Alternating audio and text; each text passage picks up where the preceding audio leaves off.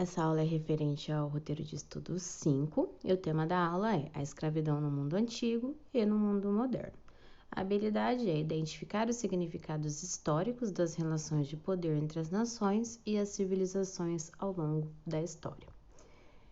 Aí um questionamento, né, para a gente refletir sobre. A escravidão ainda existe no mundo, né? Quando a gente fala de escravidão, a gente pensa em coisas lá do passado, né, que já passou. Mas será que ela ainda permanece, né? A servidão coletiva. Na antiguidade, também conhecida como modo de produção asiático, né, ela vai estar presente em civilizações teocráticas e politeístas. Então, a gente já viu essa questão de teocracia e politeísmo, como é o caso do Egito e da Mesopotâmia, que a gente já estudou, né? Está aplicada à produção agrícola. Ela é caracterizada pelo trabalho compulsório do camponês. E a produção agrícola como pagamento de tributos. Então, aqui para a gente entender melhor, né? A servidão, ela é como se ela fosse parte de algo maior. Então, quando o camponês produz, quando ele entrega parte da produção, ele não está entregando para um outro ser humano qualquer, né? Ele é entregue como uma forma de oferenda aos próprios deuses. Então, é algo, assim, parte de um contexto muito maior. E, diferente do escravo, o servo ele não é considerado uma propriedade, né? Até porque ele entrega parte da produção, mas uma parcela dessa produção fica para ele. Diferente do escravo, que não tem nenhuma forma de pagamento. E no caso da escravidão, aí no mundo antigo, a gente tem aí, ó. Nas civilizações antigas eram comuns as situações de escravidão por dívidas, né? Então, uma das formas de se tornar escravo na antiguidade é você ter uma dívida, você não pode pagar, né? Por exemplo, um tributo, um imposto que você não pode pagar, e aí você presta serviço, né? Paga como um escravo durante um período para quitar essa dívida. E também no caso das conquistas, né? Então, os prisioneiros de guerra também se tornavam escravos. No caso do Egito, né, esses escravos eles foram utilizados, por exemplo, na construção das grandes obras públicas, né, como o caso das pirâmides, e os hebreus que a gente viu na aula passada. Na Grécia Antiga, né, trabalhavam em áreas diversas, desde o trabalho braçal e doméstico até o trabalho intelectual. O serviço militar obrigatório condenou muitos trabalhadores livres e pequenos comerciantes à escravidão também, tá? E na Roma Antiga, o emprego nas terras públicas e no exército, a manutenção da política expansionista e colonizadora de Roma, né? Entre as funções aí do escravo. No caso de Roma, um exemplo bem famoso que a gente tem até pela questão aí do filme, né? São os gladiadores, né? O Coliseu, que todo mundo conhece, e esses gladiadores, eles lutavam ali em troca da sobrevivência, né? Primeiro eles tinham que sobreviver e também da liberdade, né? Caso eles ganhassem, num acordo ali feito com o Senhor, eles poderiam se tornar livres. Na Idade Média, né, a ideia aí da servidão. Na transição do fim do Império Romano do Ocidente para o feudalismo, né, na Idade Média, a servidão caracterizou-se pelas relações de colonato e comitatus, em que o camponês devia tributos e fidelidade ao dono da terra em troca de trabalho e segurança, tá? Então, ó, o que seria o colonato? O camponês ele era vinculado à terra. A terra não poderia ser vendida sem o camponês. O colono, ele era juridicamente um homem livre, mas ele era escravo da terra, porque ele não podia sair dali, né? O senhor lhe oferecia terra e proteção, porém, em troca disso, recebia parte do trabalho, né?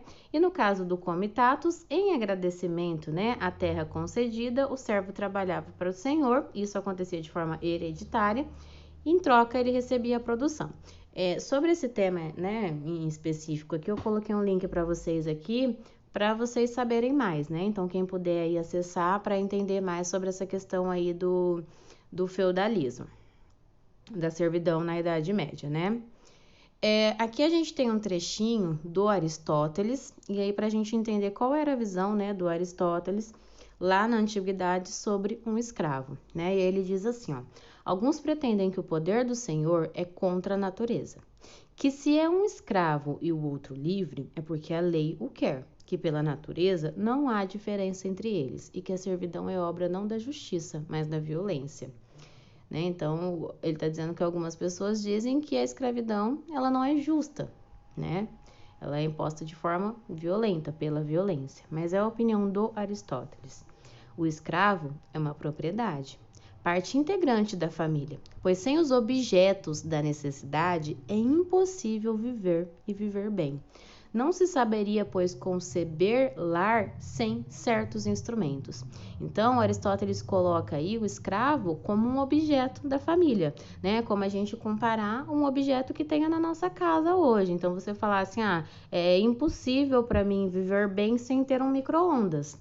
Né? O micro-ondas me fornece serviços importantes. O escravo aqui está sendo comparado a isso. Então, a gente tem aqui exatamente a objetificação do escravo, né? A visão aí do Aristóteles lá na Antiguidade.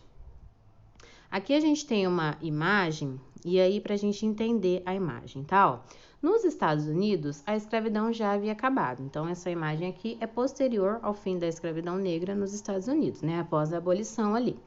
Porém, os negros que eram encontrados na rua e estavam desempregados eram acusados de vadiagem e presos por isso. Como pagamento de pena, prestavam serviços forçados em campos de produção.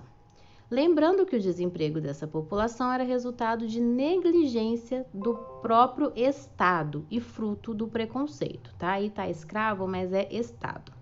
Então, só para a gente entender, acaba a escravidão. O negro não é mais escravo. Porém, como que ele vai arrumar um emprego, né? A própria sociedade que se mantém racista, o próprio Estado que não cria, né, políticas públicas para integrar esse escravo, é claro que esse escravo ele não ia conseguir achar um emprego. E aí o escravo que não conseguia achar um emprego, né, que ele não era desempregado porque ele não queria trabalhar, ele era desempregado porque ele não conseguia de fato a inserção no mercado de trabalho. Se ele fosse encontrado na rua e não tivesse um emprego, ele era acusado de vadiagem, ele era preso, e aí, como pena, ele tinha que prestar serviços. Ou seja, a gente tem a manutenção da escravidão, né? Você não é mais escravo, mas você não consegue um emprego porque você é ex-escravo, e aí você é preso por isso e tem que trabalhar de forma obrigatória sem remuneração. Escravidão, né? A gente tem aí uma foto dos Estados Unidos, mas essa lei de vadiagem, ela também existia no Brasil, né? Ela também existiu aqui, e a maior parte, né, da população vítima aí eram exatamente os negros, ok?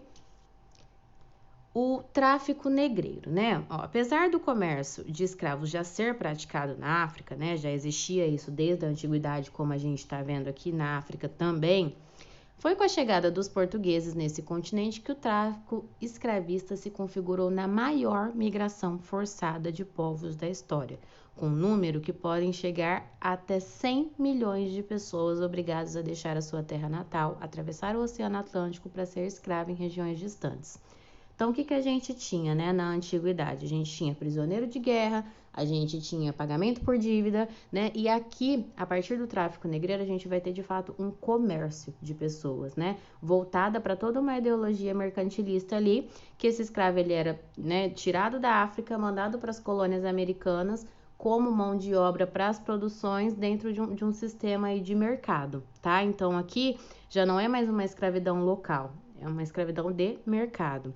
E aí, quando a gente tem essa chegada dos portugueses ali no continente africano, eles iniciam a captura e a escravização dos africanos das redondezas com a justificativa de que eram prisioneiros de guerra e muçulmanos, considerados inimigos da fé europeia, né, católica. Então, essa ideia aí da própria discriminação por conta da religião, então, já que eles não eram católicos, eles podiam ser escravizados, eles eram pecadores.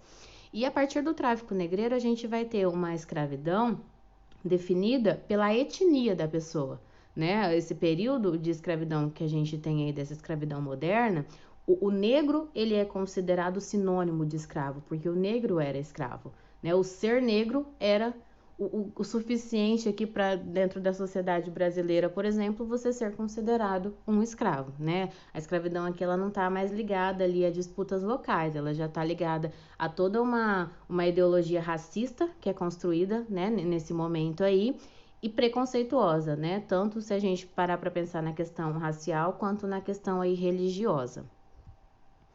E aí, escravidão moderna é uma expressão genérica aplicada às relações de trabalho, particularmente na história moderna e contemporânea, então a gente falando da história mais recente também, né? Segundo as quais pessoas são forçadas a exercer uma atividade contra sua vontade, sob a ameaça de indigência, detenção, violência ou mesmo morte.